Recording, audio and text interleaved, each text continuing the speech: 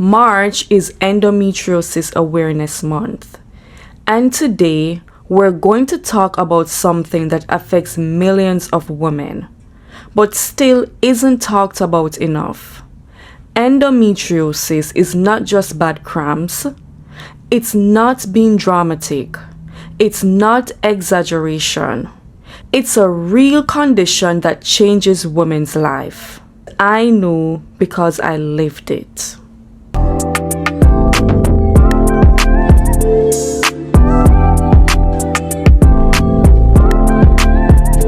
Welcome to my channel. For those of you who are new, my name is Shanika.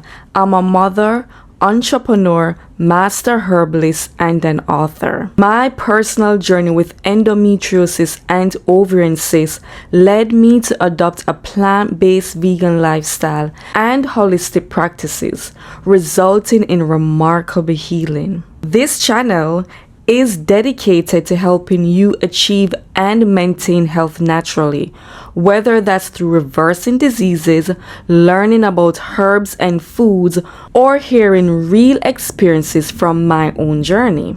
I'm here to guide you. Join me as we discover how to live a healthier, happier life, God's way. Let's talk about what endometriosis actually is. Tissue similar to the uterine lining grows outside the uterus. It can attach to ovaries, fallopian tubes, bladder, intestines. It responds to hormones, it bleeds, but it has nowhere to go. That creates inflammation, and inflammation creates pain. Endometriosis is not just a period issue, it's an inflammatory condition. It's chronic inflammation. It's the immune system constantly reacting. It's lesions forming, scar tissue building, pain signals firing over and over again. And when inflammation lives in the body long enough, something dangerous happens. Pain starts to feel normal. And pain should never be normal. But here's the thing, so many of us don't even question it. Because from the very beginning, from the first time we were introduced to our menstrual cycle, we were introduced to it through pain. We were told cramps are normal, heavy bleeding is normal, mood swings are normal, just take something for it.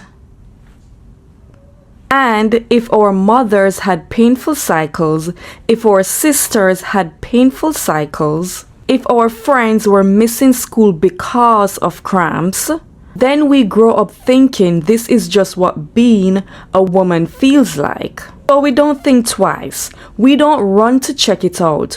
We don't ask deeper questions. We just manage it. We brace ourselves every month for it. We normalize suffering.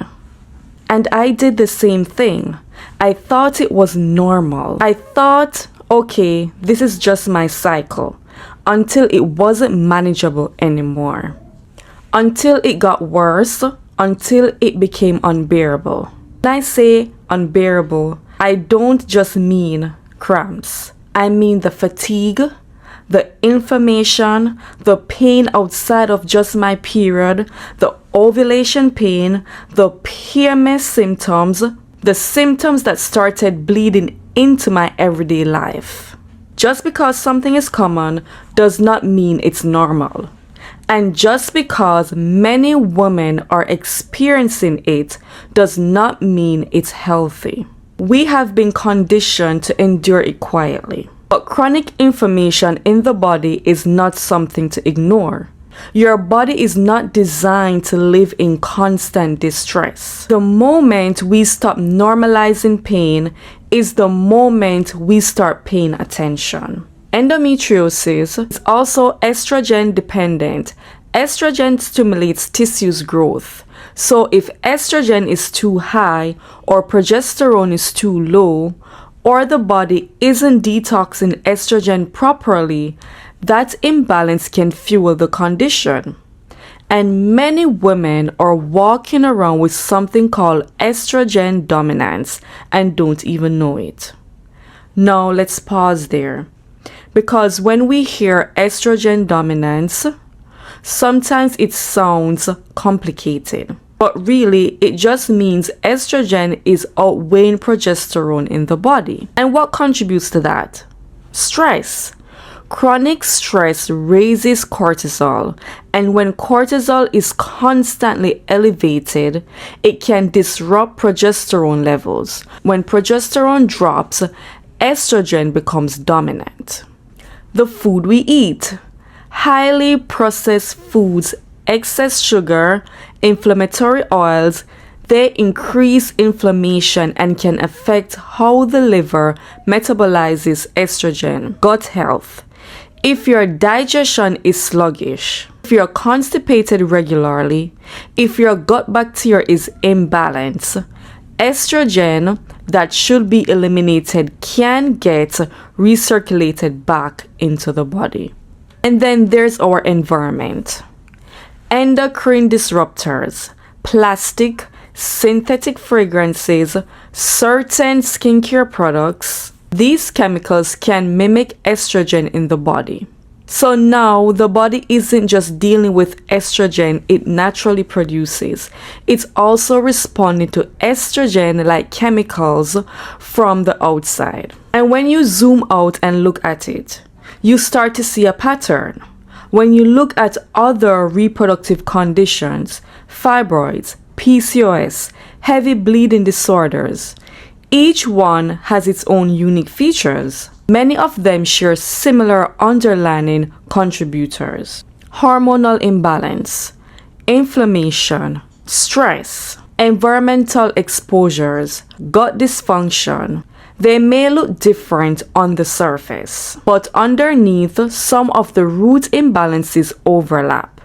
And that's not to blame anyone. Not to say you caused this. It's not to say the body doesn't operate in isolation.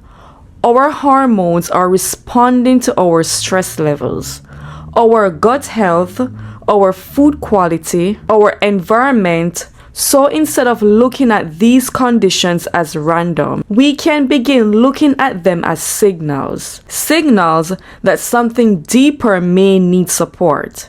And when we approach it from that place, not fear, not shame, but awareness, that's where empowerment begins. Now, another important piece of this conversation that we really have to talk about is something called endocrine disruptors. When we're dealing with conditions like endometriosis that are connected to hormones, we can't just look at inflammation and stress. We also have to look at our environment and the things we're exposed to every single day. And this is actually where my journey started to shift even more. After I had already changed my diet and started living more alkaline, plant-based lifestyle, I noticed improvements in other areas of my health. My digestion improved, my skin improved, my energy improved. But my reproductive health still wasn't fully where I wanted it to be. And that's when I started learning about something called endocrine disruptors. Endocrine disruptors are chemicals that interfere with the hormone system in the body. They can mimic hormones like estrogen, block hormones, or disrupt how hormones are produced and balanced. When we're talking about conditions like endometriosis, which is already hormonally driven, that becomes very important because these chemicals are everywhere. They're in plastics, they're in certain skincare products, they're in nail polishes, they're in perfumes and synthetic fragrances. They're in some conventional feminine hygiene products. And once I started learning about that, I started looking at my environment differently. I started asking deeper questions about what I was putting on my body, not just what I was putting in my body. That's when I started learning about alternatives like cloth pads instead of conventional disposable pads. That's when I started incorporating practices like yoni steaming, which is something that has been used traditionally in many cultures to support female reproductive health. And that's when I really began focusing intentionally on detoxing and supporting that specific area of my health. Interestingly enough, that was the last area of my body that really started to shift. Because before that, I had already made so many lifestyle changes, but I hadn't yet connected how much our environment and everyday products can impact our hormones.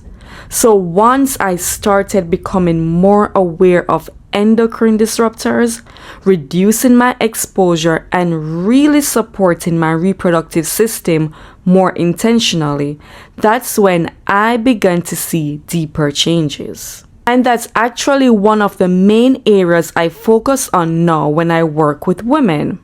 Because so many women are dealing with reproductive health issues, endometriosis, fibroids, PCOS, heavy bleeding, hormonal imbalances, and many of them have never been taught how their environment and daily products can affect their hormones. So awareness in that area is extremely powerful.